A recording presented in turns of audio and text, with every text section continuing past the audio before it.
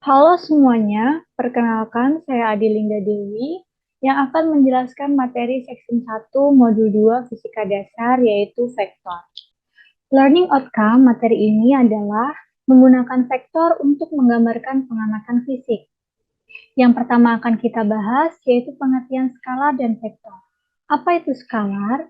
Besaran skalar adalah suatu besaran yang dapat digambarkan dengan satu angka yang mencirikan besar atau nilainya saja.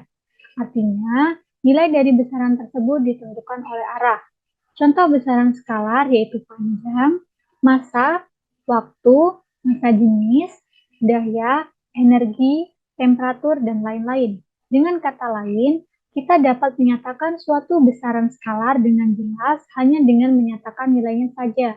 Secara lebih formal, suatu skalar adalah besaran yang tidak berubah dalam rotasi koordinat.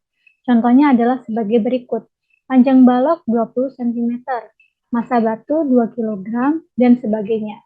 Sedangkan besaran vektor adalah suatu besaran yang selain memiliki nilai juga harus memiliki arah.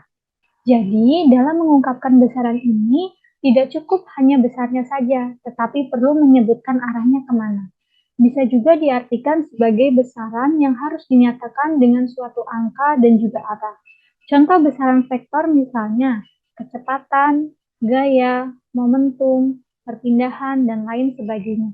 Maka kita tidak dapat menyatakan suatu besaran vektor hanya dengan menyatakan nilai dan satuannya saja. Kita juga harus menyatakan arahnya. Contohnya sebagai berikut. Lisa berlari dengan kecepatan 5 km per jam ke utara. Ahmad mendorong meja dengan gaya 10 Newton ke kanan dan lain sebagainya. Jenis-jenis vektor yang pertama, vektor 0 adalah vektor yang besarnya 0 satuan dan arahnya tak tentu. Pada gambar ini dinotasikan pada titik O. Vektor posisi adalah posisi sebuah vektor partikel terhadap sebuah titik acuan tertentu dapat dinyatakan dengan sebuah vektor posisi. Yang ketiga, vektor basis. Vektor basis adalah vektor yang panjang satuan-satuannya dan arahnya searah dengan sumbu koordinat. Vektor basis yang searah dengan sumbu X dinamakan vektor I. Vektor basis yang searah dengan sumbu Y dinamakan vektor J. Sedangkan vektor basis yang searah dengan sumbu Z dinamakan vektor K. Ini terdapat vektor AX dan AY, di mana vektor AX arahnya I dan AY arahnya Y. Untuk mencari vektor dari A, yaitu AXI plus AYZ. I dan J ini menunjukkan satu arah tertentu, memiliki arah satu satuan, tidak berdimensi, dan saling tegak lurus. Selanjutnya ada penjumlahan dan pengurangan vektor. Penjumlahan vektor ada dua cara yang dapat dilakukan. Kedua cara penjumlahan vektor meliputi aturan segitiga dan aturan jajar genjang. Penjumlahan vektor dengan aturan segitiga. Diketahui dua vektor A dan B dengan arah yang berbeda. Penjumlahan vektor dengan aturan segitiga dilakukan dengan menggabungkan ujung vektor A dengan pangkal vektor B. Vektor hasil penjumlahan A dan vektor B sama dengan vektor yang menghubungkan pangkal vektor A ke ujung vektor B. Gambaran penjumlahan vektor A dan vektor B dengan aturan segitiga ditunjukkan seperti gambar berikut. Jika besar sudut yang ditentukan oleh vektor A dan vektor B dapat dihitung, maka akan dilakukan dengan metode aturan kosinus. Selanjutnya pengurangan vektor. Pengurangan dua buah vektor juga dapat dilakukan dengan metode segitiga dan jajar genjang. Cara pengurangan dua vektor dilakukan dengan membuat arah vektor menjadi berkebalikan. Perhatikan gambar pengurangan vektor berikut ini untuk memahami bagaimana proses pengurangan vektor. Komponen vektor adalah satu besaran yang dapat dipecah menjadi dua atau lebih besaran skalar yang dengannya kita memiliki lebih banyak pengalaman matematis. Artinya, komponen vektor adalah proyeksi suatu besaran vektor yang memungkinkan operasi aljabar, seperti penambahan, pengurangan, dan juga perkalian. Komponen vektor dua dimensi diterjemahkan ke dalam sistem koordinat Kartesius. Seperti yang kita ketahui, sistem koordinat Kartesius terdiri dari sumbu X dan juga sumbu Y. Maka komponen vektor dalam koordinat kartesius juga memiliki komponen pada sumbu X dan pada sumbu Y.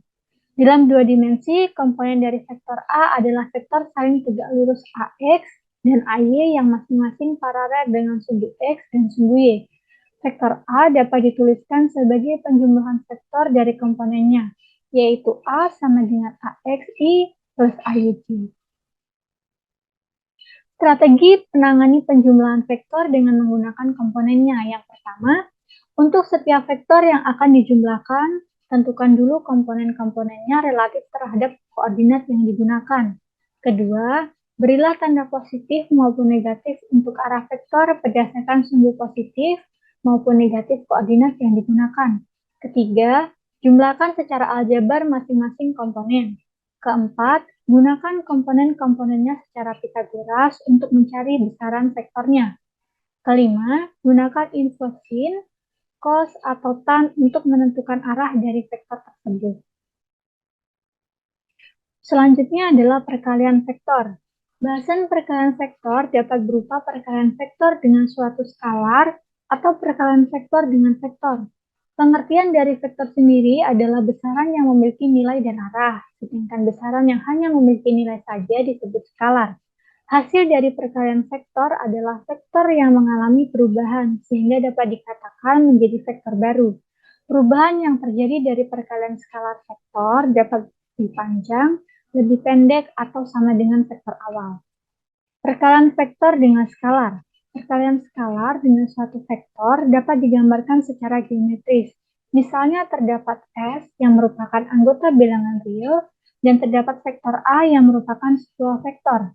Hasil perkalian skalar S dengan vektor A ditulis sebagai S dot A, artinya penulisan S dot A memiliki arti bahwa suatu vektor yang memiliki panjang S kali panjang vektor A.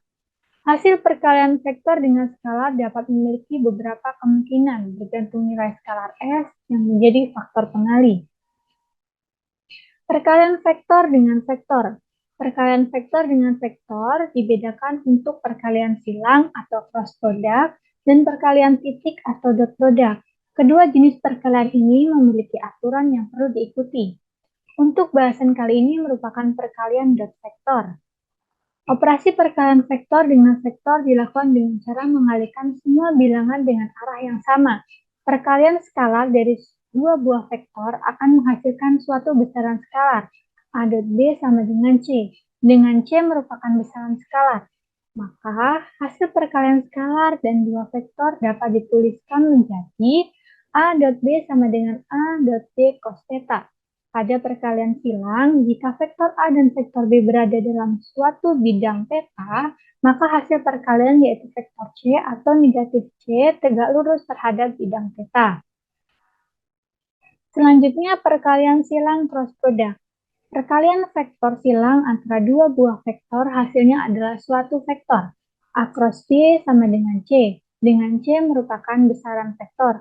Maka hasilnya dapat dituliskan menjadi nilai dari A cross B sama dengan A B sin theta. Pada perkalian silang, jika vektor A dan vektor B berada dalam sebuah bidang theta, maka hasil perkaliannya yaitu vektor C ataupun min C tegak lurus terhadap bidang theta.